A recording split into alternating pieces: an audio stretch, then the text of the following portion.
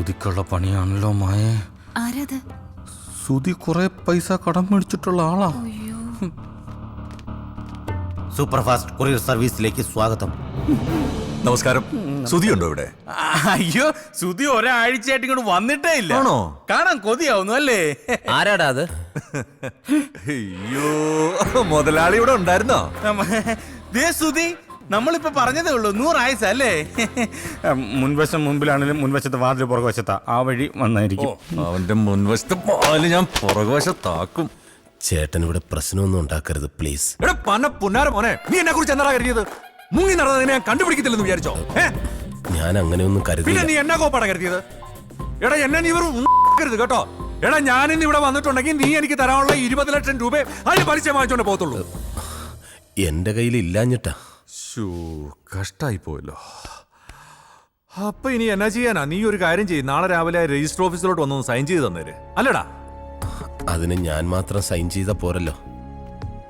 ഇവന് ആകപ്പാടെയുള്ള കിടപ്പാടോ അല്ലേ, അത് എഴുതി തരണമെന്ന് പറഞ്ഞാ? എടാ 1ഉം 2ഉം അല്ല, 20 ലക്ഷമാ. 2 വർഷമായിട്ട് പലിശയില്ല. അത് ഞാൻ മനഃപൂർവ്വം തരാത്തതല്ല. അറിയാം, തരണോന്ന് നീ വിചാരിച്ചാലും നടക്കത്തില്ല. 12 ലക്ഷത്തിലധികം രൂപ കഴിഞ്ഞ 3 വർഷത്തിനിടയ്ക്ക് ഞാൻ തന്നില്ലേ? എടാ നീ തന്നു, അത് പലിശ. എന്റെ മുതലെവിടെ?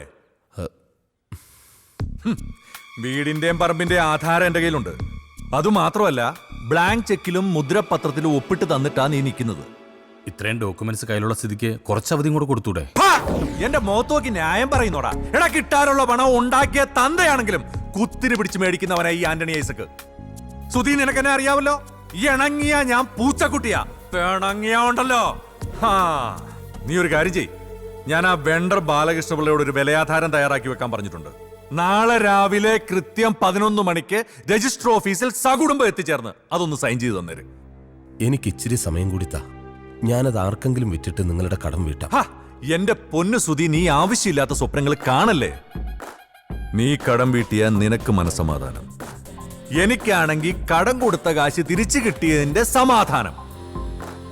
അപ്പൊ ശരി, നാളെ രാവിലെ കൃത്യം 11 മണി. അടാ, പാവങ്ങളല്ലേ സഹായിക്കാന്ന് വെച്ചാൽ നമ്മക്കിട്ട് തരിക.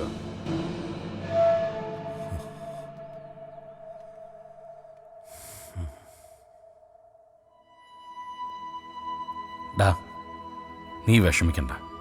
ഈ ആന്റണിയുടെ കയ്യിൽ നിന്ന് രക്ഷപ്പെടാൻ ഒരു വഴിയുണ്ട്. എന്തു വഴി? യെസ്, മുഹമ്മദ് കുട്ടി സ്ലീപ്പിംഗ് അല്ല സ്പീക്കിംഗ്. ലിവറ്, ഹാർട്ട്, ചെറുകുടൽ, വൻകുടൽ എല്ലാം മിതമായ വിലയ്ക്ക് കിട്ടുന്ന സ്ഥാപനമാണ് സേവകൻ അസോസിയേറ്റ്. നിങ്ങൾക്ക് എന്തുവാ വേണ്ടത്? എന്തുവാ? പ്ലേയോ? അതെന്തുവാ?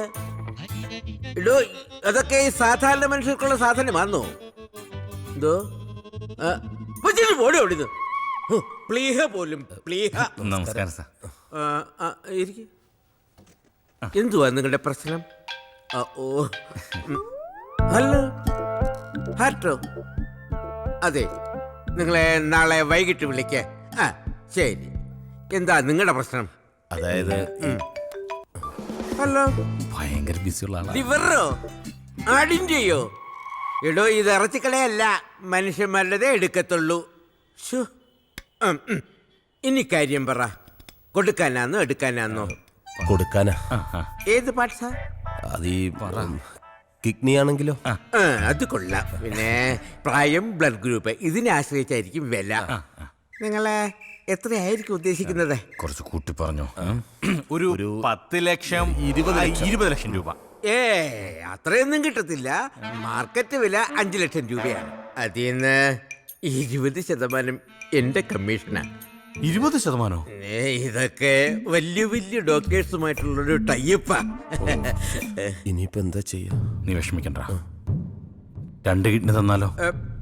10 ലക്ഷം രൂപ. സമ്മതിച്ചു. അത് വേണ്ടടാ. പിന്നെ കാര്യം നടക്കണ്ടേ?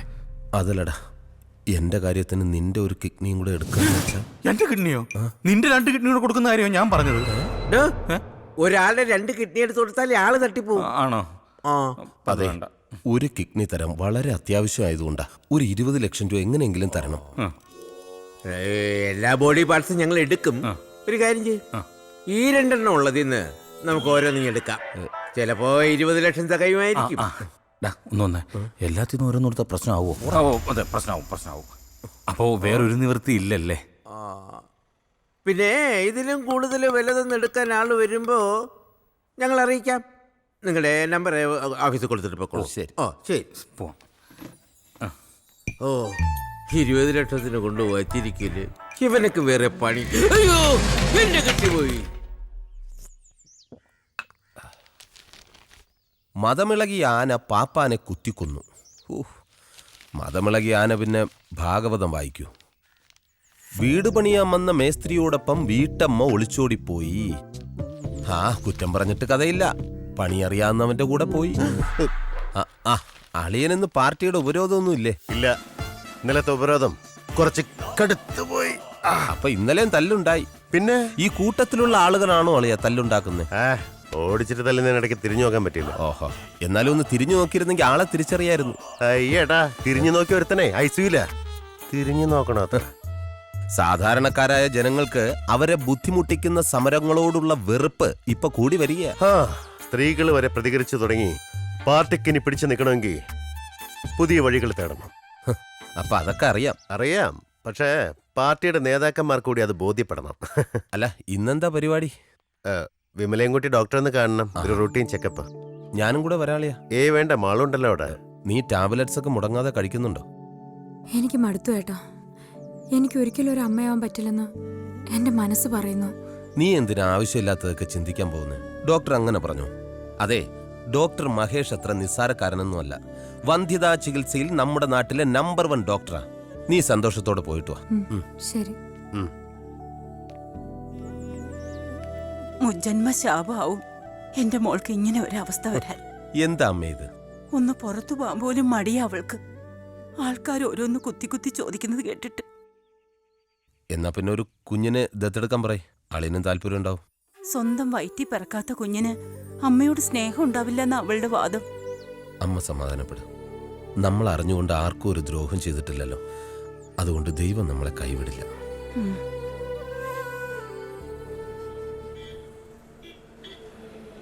ഡാഡി, എന്റെ ക്ലാസ്സിലെ നവീൻ കൃഷ്ണൻ BBC-യിൽ ഡാഡിയുടെ ഫോട്ടോ കാണിച്ചോ റിപ്പോർട്ട് വന്നെന്ന് പറഞ്ഞു. ആണോ?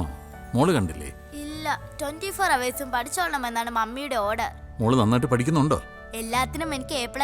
ഇന്റർ സ്കൂൾ ഇലോക്കേഷൻ കോമ്പറ്റീഷനും എനിക്കാ ഫസ്റ്റ്. ആണോ? Very good, congrats. ഡാഡിയും മമ്മിയും ഇനി ഒരിക്കലും ഒരുമിക്കില്ലേ? എന്താ നിങ്ങൾക്കിടയിലെ പ്രശ്നം? അത് മോളിപ്പോ കൊച്ചുകുട്ടിയാ. വലുതാവുമ്പോ അതൊക്കെ മനസ്സിലായിക്കോളും. ഈഗോ? പെട്ടെന്ന് തോന്നുന്നൊരു കൗതുകം കൊണ്ട് ഒന്നും സ്വന്തമാക്കാൻ ശ്രമിക്കരുത്, even if it's a toy. Mummy പാവമാ ഡാഡി. ഞങ്ങൾ തമ്മിലുള്ള ഈ സെപ്പറേഷൻ ഞങ്ങൾ അറിഞ്ഞുകൊണ്ട് തന്നെ ചെയ്തതാ. We are not divorced, just separated. ആർക്ക് വേണ്ടിയാ? ആര് ഡിസൈഡ് ചെയ്തു? മോളുടെ മമ്മി. എന്നെ കാണാതിരുന്നാൽ, എന്റെ ശബ്ദം കേൾക്കാതിരുന്നാൽ അവൾക്ക് സമാധാനം കിട്ടുമെന്ന് പറഞ്ഞപ്പോ മോൾ അതൊന്നും ആലോചിക്കണ്ട. ഡോൺ വറി, നന്നായിട്ട് പഠിക്കണം. എന്താവശ്യം ഉണ്ടെങ്കിലും ഡാഡിയോട് ചോദിക്കണം, കേട്ടോ? ഡാഡി മോളെ കൊണ്ടുപോയി ഡ്രോപ്പ് ചെയ്യാം. പെട്ടെന്ന് കഴിക്കുക. ഇനിയും വൈകിയ മമ്മി വഴക്ക് പറയും. കഴിച്ചോ.